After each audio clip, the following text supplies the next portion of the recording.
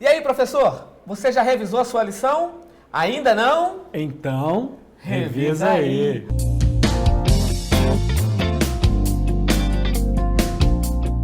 Ok, sejam todos bem-vindos mais uma vez. Essa é a 12ª lição deste trimestre. Rapaz, já terminando, hein, pastor? Terminando, aproximando aí já do Natal. Pois é. Preparação aí para as festas Natal. natalinas, fim de Muito ano. rápido. E temos agora também aí a 12ª lição com um tema fantástico. Fantástico, pastor. Adorei essa lição, pastor. Muito boa, hein? E é bom começarmos orando, né? Com certeza. Então, pastor Bruno, ore, por favor, pedindo a Deus aí as bênçãos sobre os professores, sobre diretores, secretários, alunos, pastores, ou seja, todos aqueles que fazem parte aí desse pacote, dessa bênção chamada Escola Sabatina. Ok. Vamos orar então. Obrigado, Senhor, pela oportunidade que o Senhor nos dá de poder abrir a Tua Bíblia, estudar um pouquinho mais a lição que hoje vai falar sobre o sábado. Pedimos que não apenas nós, mas também os professores, diretores, enfim, todos os que estão participando tenham o coração aberto, a mente também, pelo Teu Espírito, para que nós possamos ter o entendimento e a aplicação do mesmo. É o que pedimos e agradecemos por Jesus. Amém. Então, pastor Patrick, essa lição dessa semana tá boa, hein? Sim, com certeza, pastor. E a gente vai ter uma ajuda muito especial hoje com o pessoal da Novo Tempo. Justamente. Posso chamar aqui? Chama aí. Então vamos lá. Professora Creriane, diga pra gente aí qual é a dica de hoje.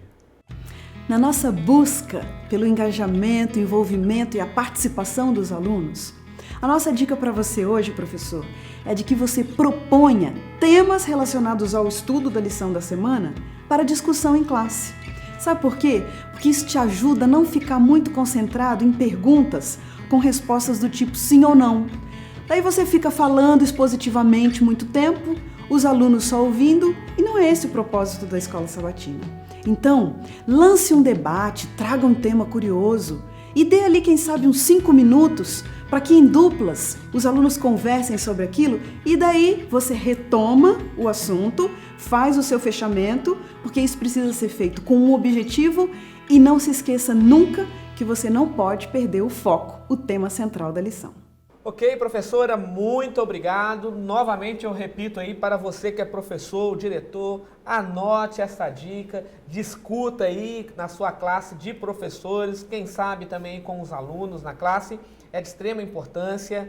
Esse grupo da Novo Tempo tem gravado com todo carinho, com dicas preciosas. Muito bom. E falando em dicas preciosas, nós temos aí a doutora Jéssica conosco, dando continuidade, excelente, né? Excelente. Ela foi fiel aí, gravou aí conosco aí todas as lições. Obrigado, viu, Jéssica? E não é diferente hoje.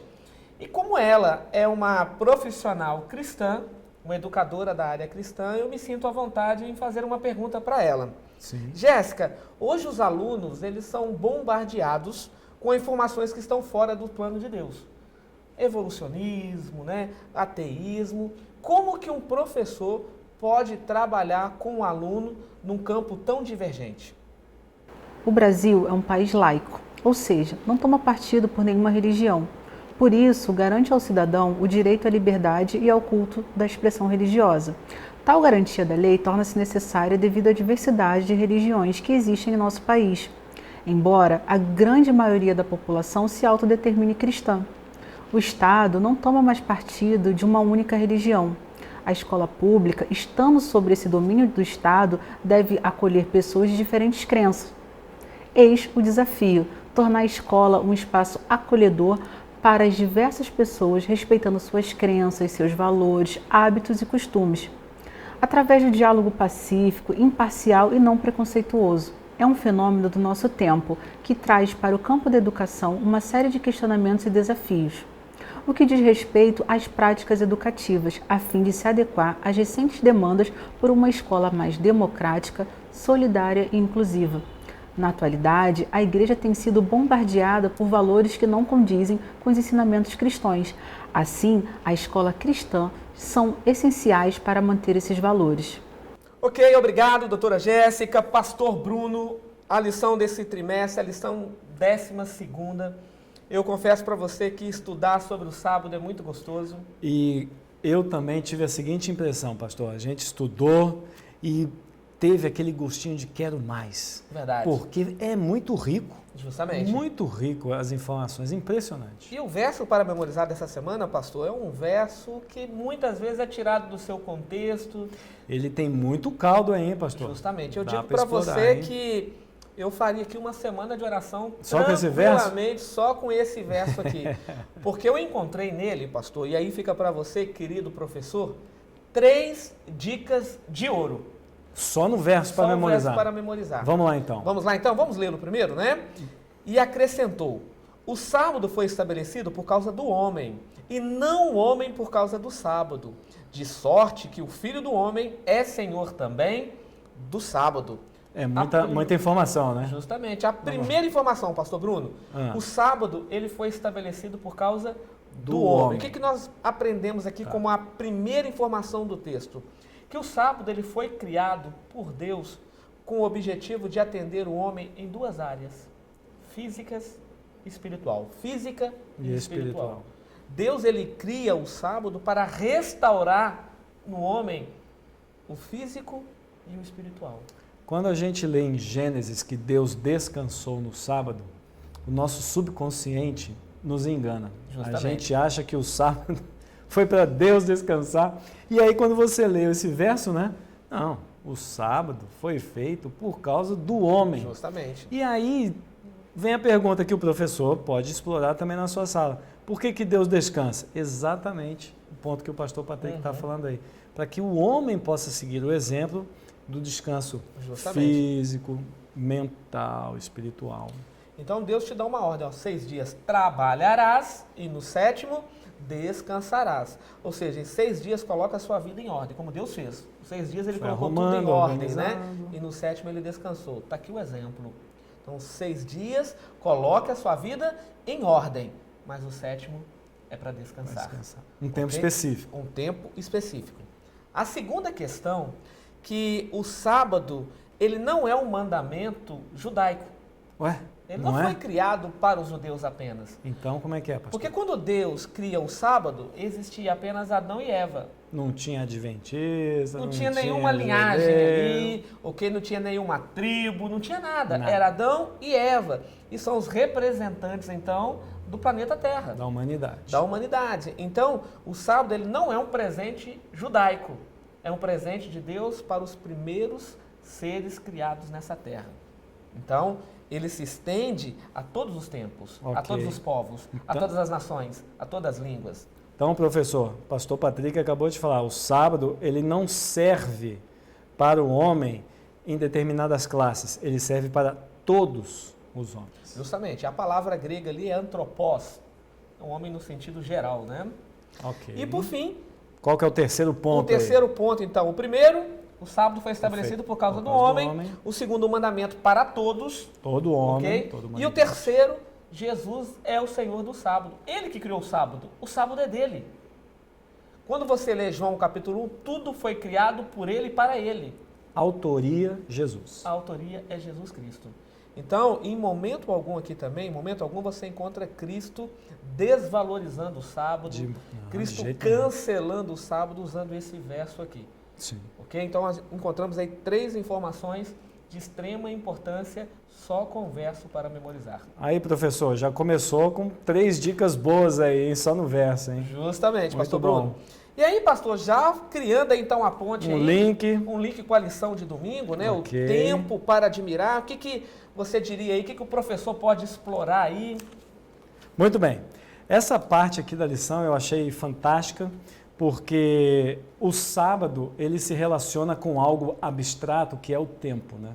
O tempo não é algo palpável, a gente vive o tempo e percebe o tempo. Pronto, é isso que a gente experiencia no sábado. Por sinal, essa é a palavra que mais me chamou a atenção. Parece que todos os dias você tem um tipo de experiência. E aqui na lição de domingo, você vai ver que a experiência parece que começa com Deus, né? Sim. Porque em Gênesis 1 e 2 vai falar sobre a criação. Mas em Gênesis 1 existe uma experiência. Essa experiência parece que tem a ver um pouco mais com a beleza, com a simetria, com a parte da forma. E Gênesis 2, parece que a criação, a experiência da criação se volve para o relacionamento, homem, mulher e homem-criação. Então, eu vejo que o sábado, ele vai dar o tom, ele vai dar a qualidade para que eu possa admirar a beleza e a simetria, ao mesmo tempo que eu me relaciono com a minha esposa, no caso Adão com Eva, eles se conhecendo, se amando, trocando aquele sentimento de paixão, de amor, e agora eles contemplando a criação de Deus. E o sábado foi feito para eles. Eu acho que o domingo entra como um tipo de presente para eles poderem trabalhar. A gente também pode colocar, professor, que no primeiro relato, que é Gênesis 1, o sábado, ele é um dia sem paralelo. Porque você vê que Deus fez uma coisa num dia, outra coisa no outro dia, ele vai fazendo um monte de coisa. E no sábado ele não faz. Ou seja, o sábado ele não trabalha com formas, algo que estava vazio, que não existia. Não, ele simplesmente cria um tempo. E aí você nota que esse tempo ele é preenchido com a contemplação do ser humano em relação ao seu Criador. E é claro, com a sua criatura.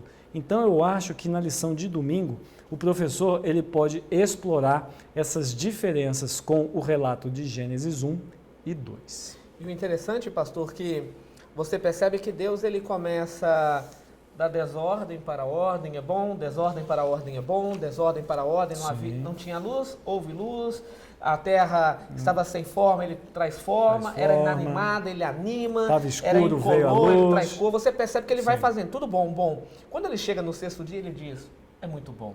Muito bom por quê? Porque tudo estava pronto, tudo estava em ordem. Quando tudo está em ordem, você descansa. Deus descansou. Agora eu fico imaginando Adão, Senhor, mas eu acabei de ser criado. A única coisa que eu fiz foi colocar nome nos animais ali e agora eu vou descansar, né? Eu acho que Adão acordou que nem eu, pastor. A gente acorda assim com uma pequena dor no pescoço, ele começou assim a esticar. Senhor, é isso mesmo? Não, dá uma esticada aí e tal. Vamos andar comigo aqui. Aí Adão foi andando e foi Nossa, imagina, né? Só de imaginar, tanta coisa bonita. Então, cansado de que Adão estava, né? Eva, cansado de que estava? O sábado ele tem um princípio, né? Confia no Senhor. Eu acho que o professor ele pode explorar essa ideia que o pastor Patrick está falando, no sentido de que Deus ele tinha mais motivo para descansar do que o homem, dando a impressão que o homem tem uma experiência passiva no sábado. E esse é o ponto. Deus não quer que o homem tenha uma experiência passiva, ele quer que o homem tenha uma experiência ativa, que ele seja produtivo, até no seu descanso, né? Aí, claro, a gente vai explorar as outras ideias aí da lição. E o sábado é um dia deitoso, é deleitoso, né? É um dia para você admirar a criação. Né? E era isso que Adão fazia, né? Era isso. Mas ok. Segunda-feira, tempo de redescoberta. Olha. E esse título foi interessante porque ele vem trabalhando com os 400 anos de escravidão que o povo de Israel viveu lá no Egito. Viveram no Egito. E agora eles saem do Egito. E Deus agora precisava trabalhar neles, ok? A essência que haviam perdido. Eles perderam a essência. Você percebe que eles estavam envoltos e envolveram-se com outros deuses. Você percebe que o próprio sábado foi esquecido. E quando Deus escreve os 10 mandamentos, o que ele diz? Lembra-te do dia de sábado. Por que lembra-te? Porque ele foi esquecido.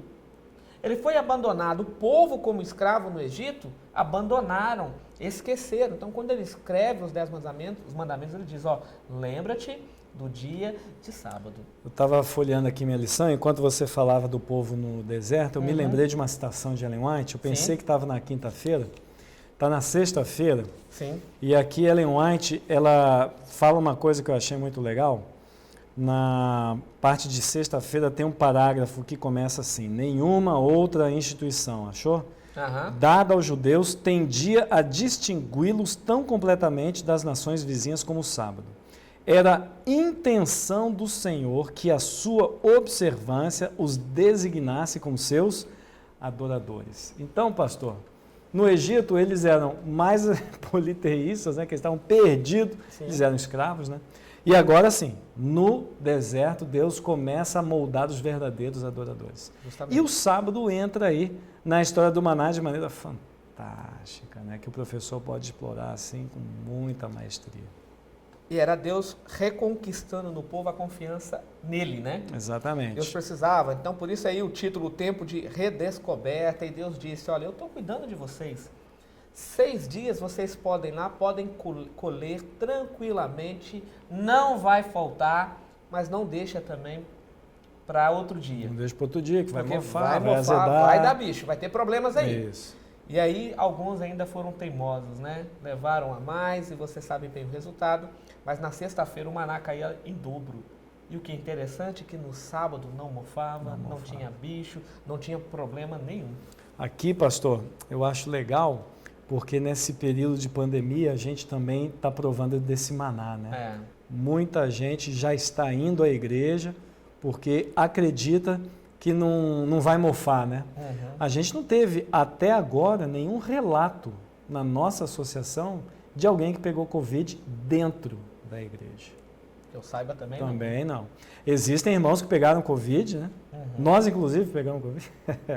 Mas dentro da igreja, não. Então, eu vejo que Deus ele quer realmente mostrar um tipo de maná para a gente. Agora, eu queria dar uma dica aqui nessa lição de segunda para o professor. Vai lá. Eu achei legal. Professor, você pode perguntar para o seu aluno por que Deus mandou Moisés guardar um maná num jarro lá no Santíssimo? Ó, essa aí é uma questão que você pode explorar maravilhosamente bem. O maná, ele não foi apenas um símbolo do sustento de Deus, mas o maná é um símbolo da autoridade do sábado, do poder criador, mantenedor, sustentador, redentor. O maná, ele entra no Santíssimo realmente assim com toda a propriedade, com toda a autoridade. E aí, é claro, você pode explorar algumas ideias que o pastor Patrick acabou de falar e a gente também.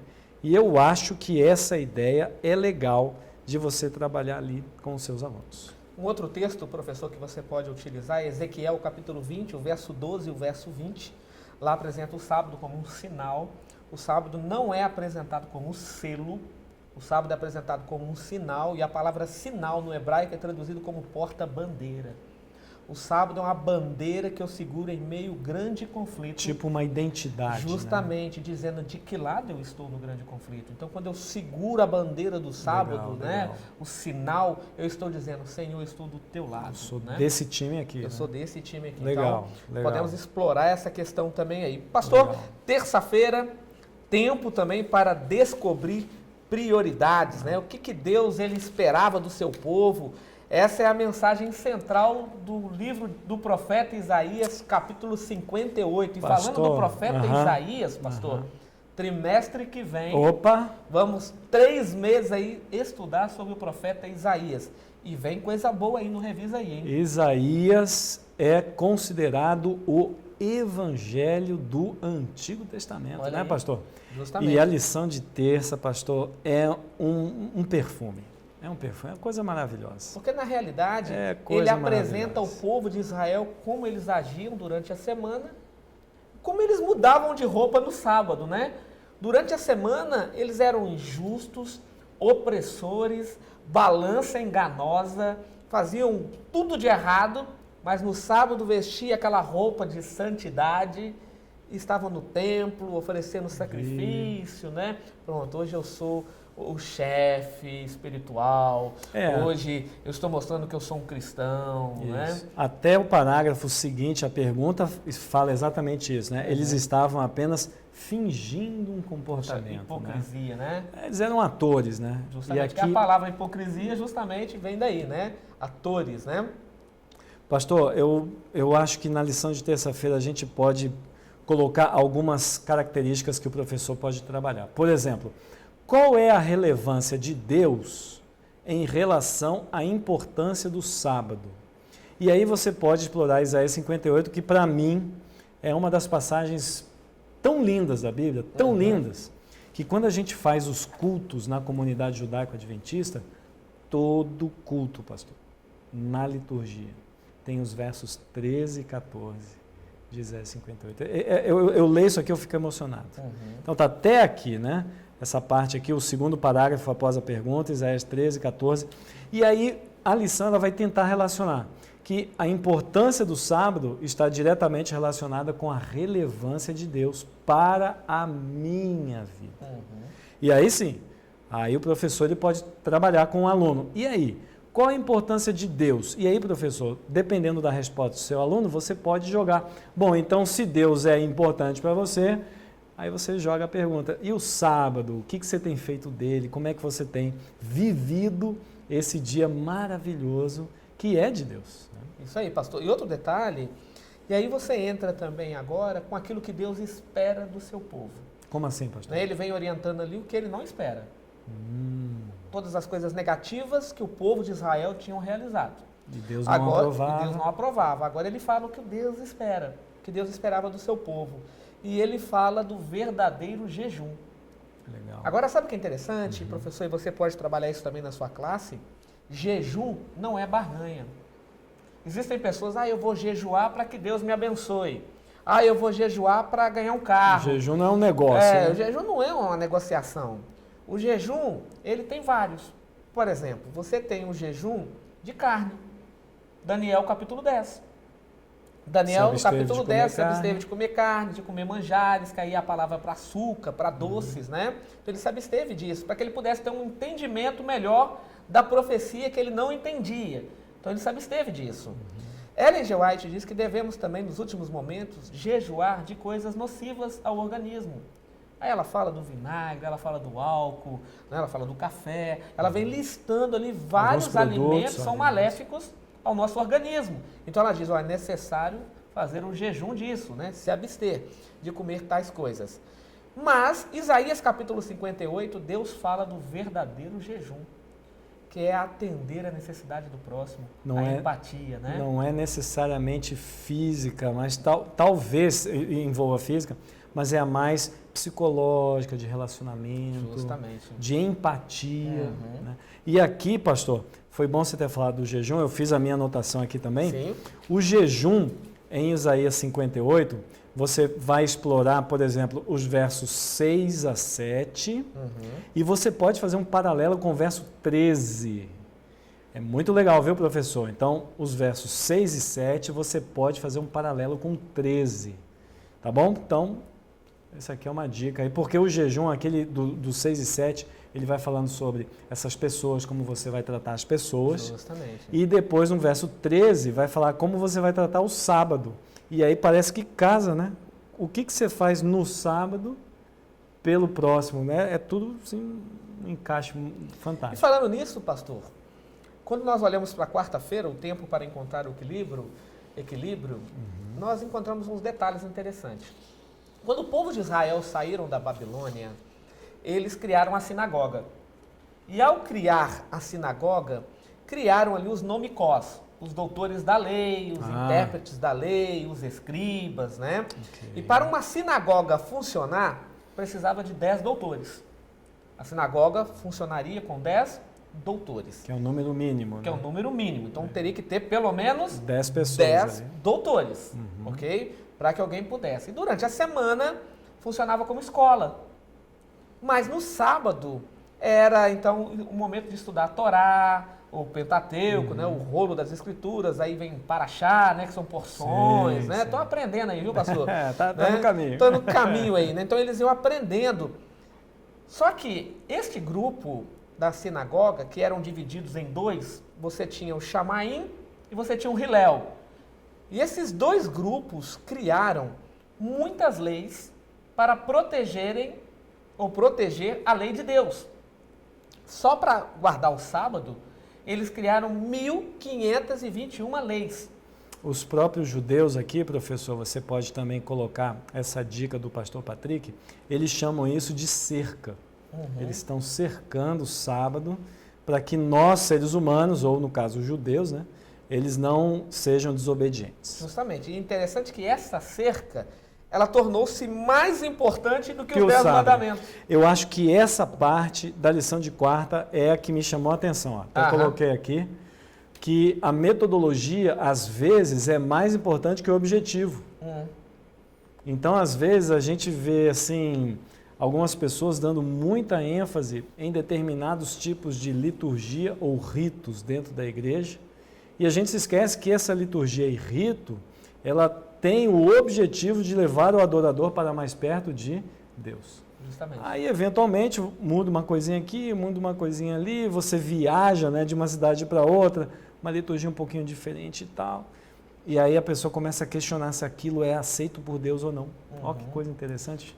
Verdade, pastor Bruno. E aí, professor, quando você olha para a lição de quarta-feira e somos bombardeados aí com textos fora de contextos, dizendo, olha, Cristo aqui está repreendendo a guarda do sábado, Cristo estava dizendo aqui que a questão não é essa. Cristo estava falando das tradições dos judeus, Sim. da tradição dos anciãos. E o valor que era dado a essas tradições. Justamente, né? Estava acima da lei de Deus. Então, em momento algum, Cristo transgrediu a lei divina, os 10 mandamentos, porque não é foi esse ele o mesmo ponto. que escreveu. Aqui, pastor, a gente pode colocar os advogados, né, que nos assistem, o pessoal que trabalha no jurídico, eles vão entender o seguinte: interpretação da lei é mais ou menos o que um juiz diz, no meu entendimento.